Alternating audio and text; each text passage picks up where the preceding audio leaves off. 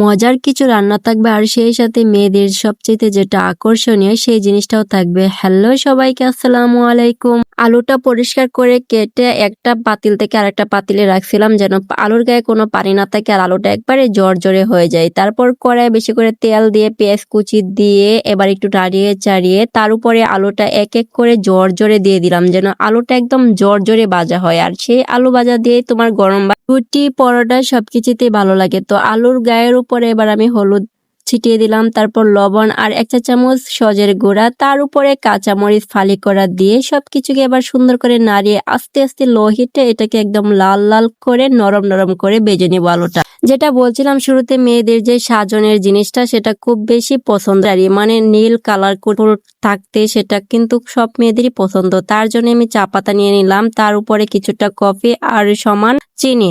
তো সবগুলো মিশ্রণ একসাথে হাত দিয়ে ভালো করে মিক্সড করে নিয়ে তারপরে একটা মাটির পাতিল অথবা সিলভারের পাতিল, যেটা মানে একেবারে নষ্ট হয়ে যাবে এটা ব্যবহার করার পরে, সেটা তো তোমরা জানোই। চারাই চুলাটা অন করে নাড়িয়ে নাড়িয়ে যখন একদম চিনিটা ক্যারামেল হয়ে আসবে তখনই অল্প পরিমাণ পানি দিয়ে সেটাকে আরো অনেক সুন্দর করে ফুটাইতে ফুটাইতে যেমন একদম গাঢ় একটা রং চলে আসবে তখন এটাকে নামিয়ে ছাঁকনি দিয়ে সেকে এই তো হয়ে গেল আসল রং।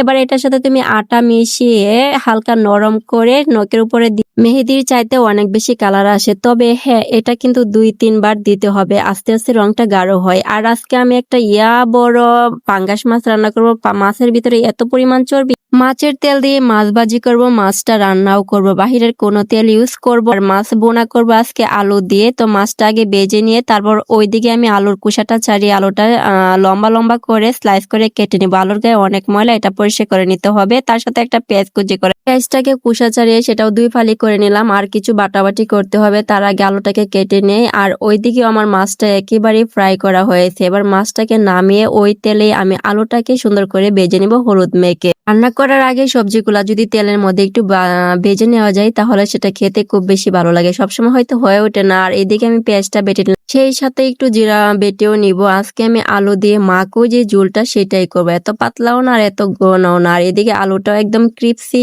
ভাজা হয়ে গেল। এবার এই যে আবারও চর্বি দিয়ে দিলাম, মাছের তেল দিয়ে আজকে মাছ রান্না করব। তার উপরে পেঁয়াজ বাটা জিরা বাটা দিয়ে মশলাটাকে 1 থেকে 2 মিনিট কষিয়ে নিব। আমি মাছে আদা খাই না, হয়তো অনেকেই বলবেন যে আদা দিলেন না কেন, আমি জিরা আর পেঁয়াজটা ইউজ করি, তার সাথে সস। এবার বাকি যে মশলা সেগুলো এক এক করে দিয়ে একটু পানি দিয়ে মশলাটাকে ডেকে সুন্দর করে কষিয়ে নিতে হবে। যখন তেলটা উপরে ছেড়ে আসবে তখনই আমি এখানে ওই যে ভাজা আলুটা দিয়ে আর ঢাকনা দিয়ে ডেকে 2 মিনিটের মতো কষিয়ে নিয়ে তারপর ঢাকনাটা সরিয়ে সুন্দর করে এটাকে নাড়িয়ে চাড়িয়ে দিতে হবে যেন তলানিটা না লেগে যায়। এবার ঝোল দিয়ে এটাকে ফুটিয়ে মাছ এক এক করে দিয়ে দিব। আর তার উপরে আমি মোটা মোটা করে কাঁচামরিচ দিয়ে দিলাম জালের জন্য। আজকে সব আলুর উপরে রান্না হচ্ছে। তো আলু দিয়ে আরেকটা রেসিপি করব। এবার স্লাইস করে আলুটা কেটে নিলাম। আর আমার পছন্দের সবসময় পেঁয়াজ রাখতেই হয়, পেঁয়াজটাকেও আমি একদম চাক চাক করে কেটে নিয়ে এটা দিয়ে আমি আলুর চপ আর পেঁয়াজের চপ বানাবো। তার জন্য আমি চাউলের গুঁড়া, বেসন আর সব মশলা দিয়ে এরকম একটা ব্যাটার তৈরি করে নিলাম। করতে না করতে আর একটা কাজ রেডি। এদিকে তরকারি রান্নার ডান। এবার তেল দিয়ে কড়াই এক এক করে চপগুলা